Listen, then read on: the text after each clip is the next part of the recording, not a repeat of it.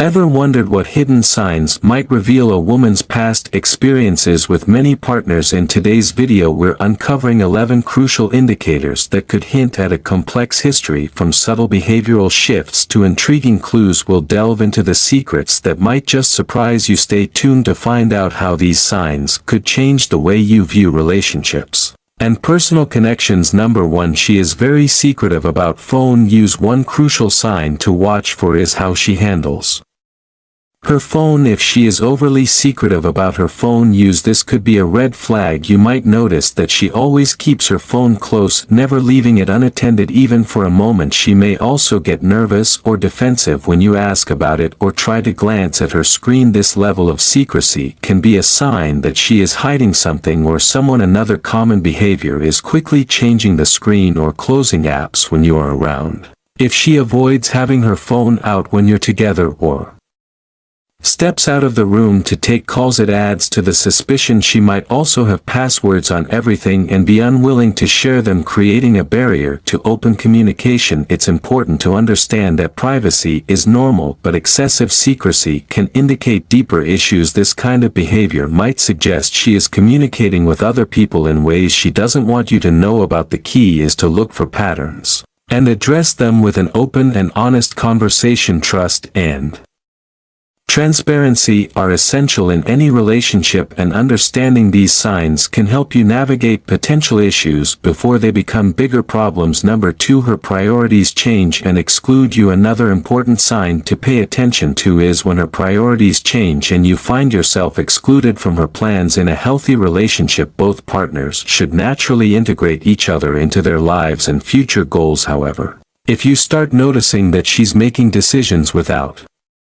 considering of Jesus' work on the cross, this anticipates Paul's teaching about Jesus being the first fruits of the dead. 1 Corinthians 15 verse 20-23. But now as things really are, Christ indeed rose from the dead and became the first fruits, that is, the first to be resurrected with an incorruptible immortal body, anticipating the resurrection of those who have fallen asleep in death. For since death came through a man, the resurrection of the dead also comes through a man. For as in Adam all die, so also in Christ all will be made alive, but each in his own order. Christ the first fruits, then those who are Christ's at his coming will be resurrected with incorruptible immortal bodies. The resurrection of these saints is a prelude to the resurrection all believers can look forward to through Jesus' death. A new day has come, a day when death was defeated by death. The resurrection to eternal life became possible, but note, it was not until after Jesus' resurrection that the occupants of these tombs were raised and entered Jerusalem, where they appeared to many. The Bible does not say whether these resurrected saints died again or went to heaven with the Lord Jesus. The death of the Son of God shook nature itself. The popular preacher Charles Spurgeon stated that men's hearts did not respond to the dying Redeemer's agonizing cries, but the rocks responded. The rocks were split. He did not die for the rocks, yet the rocks were more sensitive than the hearts of men, for whom he shed his blood. It is best understood that Matthew intended us to see that the earthquake occurred on the day Jesus was crucified, and then on the day he was revealed as risen. The power of new life was so strong that it brought back some of the good people who had died. This is one of the strangest passages in Matthew's Gospel. Matthew does not provide us with much information, and we do not learn about this occurrence from any other source. Number 3. The veil of the temple was torn in two. Matthew 27 verses 50-51. And Jesus cried out again with a loud and agonizing voice, and voluntarily surrendered his spirit, sovereignly dismissing and releasing his spirit from his body in submission to his Father's plan. And at once the veil of the Holy of Holies in the temple was torn in two from top to bottom. The earth shook and the rocks split. The curtain that covered the temple was torn in two places. The curtain was the only thing in the temple that differentiated the sacred area from the most holy part of the temple. It was a very clear Illustration of the separation between God and man. Acts 6 verse 7 says that in the days of the early church many of the priests were obedient to the faith. Perhaps this torn veil demonstrated to them the greatness of Jesus' work. It is also probably how the torn veil became common knowledge. Hebrews 9 verses 1 to 9 tells us that in the temple a veil separated the Holy of Holies, the earthly place of God's presence, from the rest of the temple where men dwell. Hebrews chapter 9,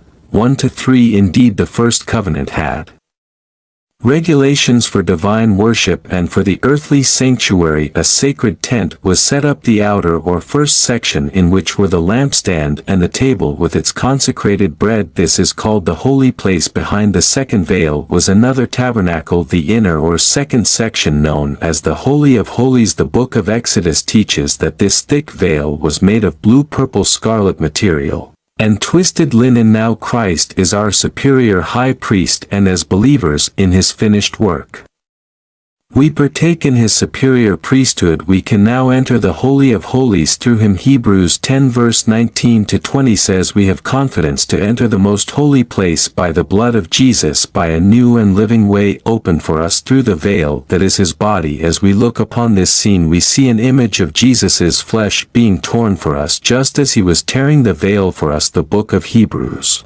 provides a gloriously detailed explanation of the profound meaning associated with the bearing of the veil. The veil that always hung in the temple served as a constant reminder that sin makes humans unworthy of being in God's presence. The fact that the sin offering was presented once a year beyond the myriad of other sacrifices that were presented daily was a blatant illustration of the reality that sin really could not be atoned for or eradicated by mere animal sacrifices because of what Jesus Christ did on the cross. The barriers that used to separate God and people were destroyed, and now we can approach God with confidence and boldness. Hebrews 4 verses 14-6 Therefore, since we have a great high priest who has passed through the heavens, Jesus the Son of God, let us hold firmly to our confession of faith. For we do not have a high priest who is unable to empathize with our weaknesses, but one who has been tempted in every way just as we are, yet he did not sin. Therefore let us approach the throne of grace with confidence, so that we may receive mercy and find grace to help us in our time of need. Jesus' body was torn, and so was the veil, each signifying that now we can boldly approach God. We have a high priest presiding over the heavenly courts to ensure that the believer has full access. At the moment Christ died, the heavy woven curtain separating the two main rooms of the temple was torn by an invisible hand from top to bottom. The death of the Son of God was also accompanied by massive tremors in the natural world, as if there were some kind of emotional connection between the inanimate creation and the one who made it. Number 4 There was darkness over the whole land. Matthew 27 verse 45 Now from the 6th hour noon there was darkness over the entire land until the 9th hour there was a thick darkness over the whole land. Now the scripture was fulfilled. Amos 88 verse 9 And it shall come to pass in that day, says the Lord God, that I will make the sun go down at noon and darken the earth in broad daylight.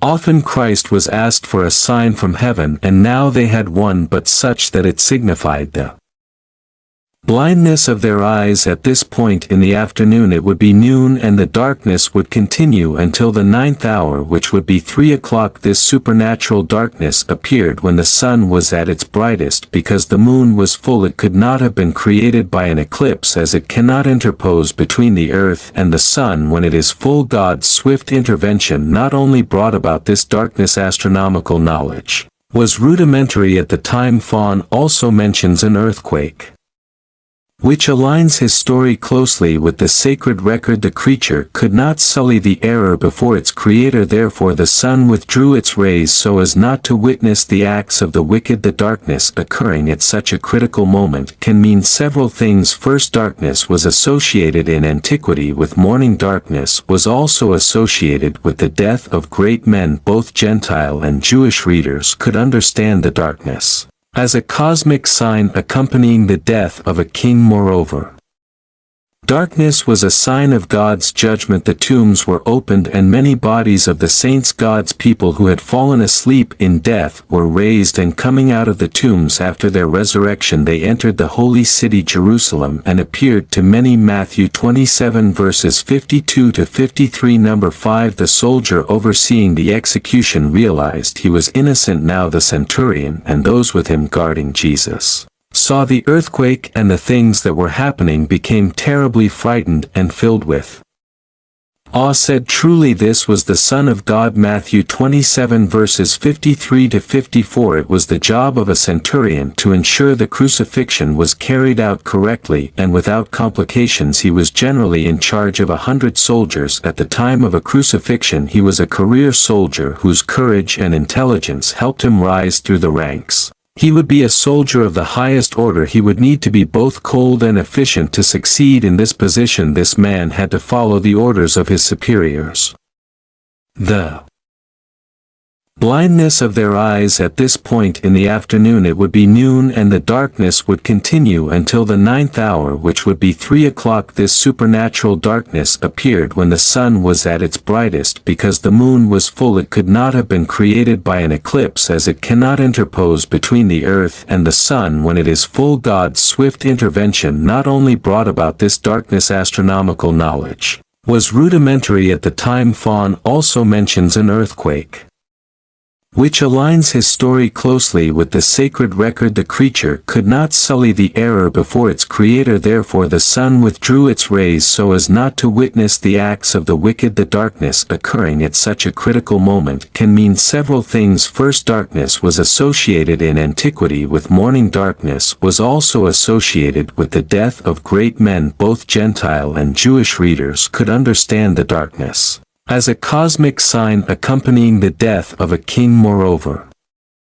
darkness was a sign of God's judgment. The tombs were opened and many bodies of the saints, God's people who had fallen asleep in death, were raised, and coming out of the tombs after their resurrection they entered the holy city Jerusalem and appeared to many. Matthew 27 verses 52 to 53. Number 5. The soldier overseeing the execution realized he was innocent. Now the centurion and those with him guarding Jesus saw the earthquake and the things that were happening, became terribly frightened and filled with awe, said, "Truly this was the Son of God." Matthew 27 verses 53 to 54. It was the job of a centurion to ensure the crucifixion was carried out correctly and without complications. He was generally in charge of 100 soldiers. At the time of a crucifixion he was a career soldier whose courage and intelligence helped him rise through the ranks. He would be a soldier of the highest order. He would need to be both cold and efficient to succeed in this position. This man had to follow the orders of his superiors. The